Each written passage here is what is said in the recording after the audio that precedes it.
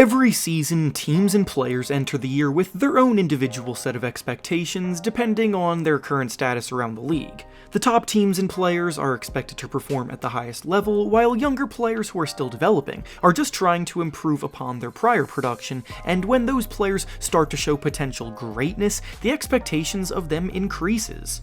For today's video, we're going to be discussing 4 young NBA players who showed flashes of greatness earlier in their careers, but on an inconsistent basis, and now, after that initial inconsistency, have actually started to put it all together and live up to the hype this season.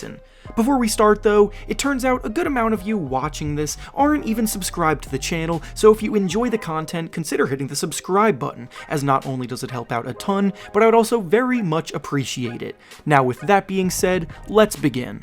The first player we'll be discussing today that has finally started to live up to the hype from early in their career is the most obvious selection for this list being Lauri Markkanen of the Utah Jazz. Markkanen has been discussed at length this year and even got rewarded with an All-Star nomination that he very much deserved, but you can't discuss a topic like this without bringing up how far he has come. Lauri's time in Chicago started off very well, as he was putting up about 19 points and 9 rebounds a night in just his second season there, but his next few seasons were filled with inconsistent play on the court and injuries that had him in and out of the lineup. His production dropped and his efficiency tanked, and the player who was once being called a future star at the time as a 7-footer who could shoot the lights out and create off the dribble was beginning to fade away. Last season, when he went to the Cavaliers, he started to get back on the right track, but was still only an average floor spacing option on the wing, scoring about 15 points per game, and we would all be lying if we said that we had any hope left in him making that leap to stardom. But then he got sent to Utah this offseason, and succeeding in the NBA oftentimes comes down to finding the right situation for yourself, and that is exactly what Markkanen has done. He's now the team's leading scorer, dropping about 25 points a night. He's shooting the ball better than he ever has in his career, making 51% of his shots and 41% of his threes. He's grabbing almost 9 rebounds per game, and he's led the way for a Jazz team currently in 8th place in the West, despite most people having written them off before the year started.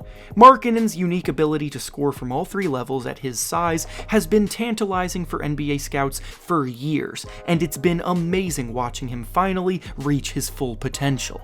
The next young player that has finally begun to take that next step in their careers this year is Nicholas Claxton of the Brooklyn Nets. When Claxton came into the league in 2019, he was as raw of a talent as it got. He was tall, he was long, and he was mobile and agile, but he was a long way away from being a consistently productive player in an NBA rotation. In his first season, he barely played at all, but then in his next 2 years with the Nets, he was working his way into the rotation and really started to show flashes of potential to be a defensive beast. I say potential because he had all of the tools to excel on that end, and some nights he would wreak havoc on opposing teams, but he didn't quite have the discipline to impact games every night yet. Some nights he would be overwhelmed by stronger, more experienced big men. Some nights he'd commit silly fouls that would get him into foul trouble, but the potential was definitely there.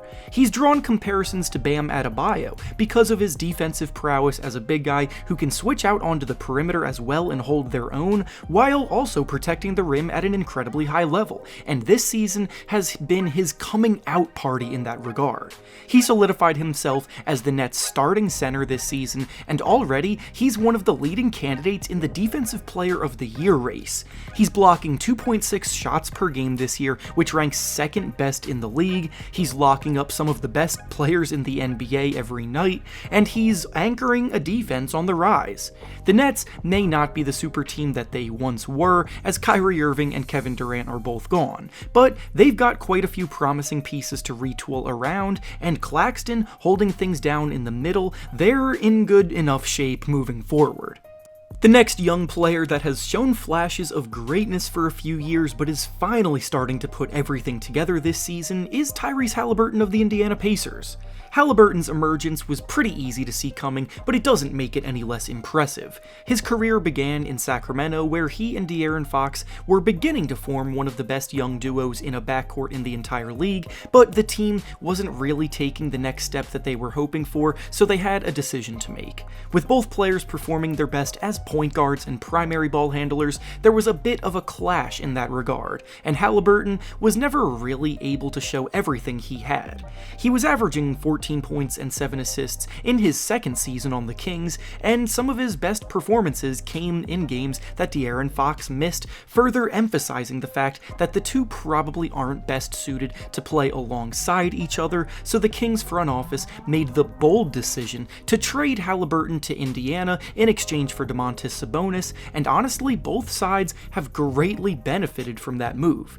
The Kings are now a top 3 team in the Western Conference standings this year, and Haliburton has become a certified all-star, leading the way for Indiana's rebuild. Haliburton this season is scoring 20 points and dishing out 10 assists per game, while shooting the ball 48% from the field and 40% from 3, making him one of the best playmakers in the whole league, and one of the most efficient scorers simultaneously. He has such impressive instincts as a floor general, and more often than not, he makes the right read at the right time.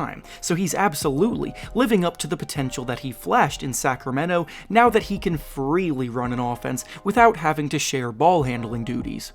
And finally, the last young player we'll be discussing today that has taken that next step by putting everything together this year is Devin Vassell of the San Antonio Spurs.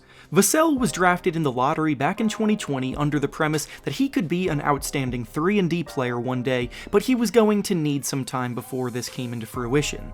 His rookie season was a bit forgettable while he was still learning the ropes of the Spurs system. Last year he showed a lot of progress, scoring about 12 points a night while being tasked with defending opposing team's best players on a nightly basis, but his shot was still hit or miss at the time, hovering around the league average mark. And now this year, he looks like a completely different player, performing with more confidence than ever.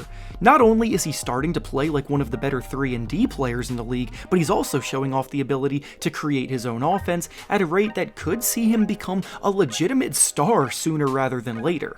He's scoring just shy of 20 points per game this season, shooting the ball 45% from the field and 40% from 3. He uses his 6'10" wingspan to pester opposing ball handlers and play the passing lanes, causing turnovers. He's a smart off-ball player that makes effective cuts to the basket, and the threat of him knocking down threes allows him to attack the basket more effectively when teams overextend on him.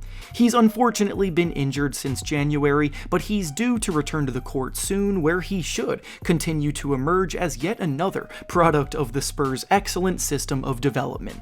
And with that being said, that's all I have for you today. Make sure to like the video, subscribe to the channel, and comment down below what you think of these emerging young players moving forward. Thanks for watching, and I'll see you all next time.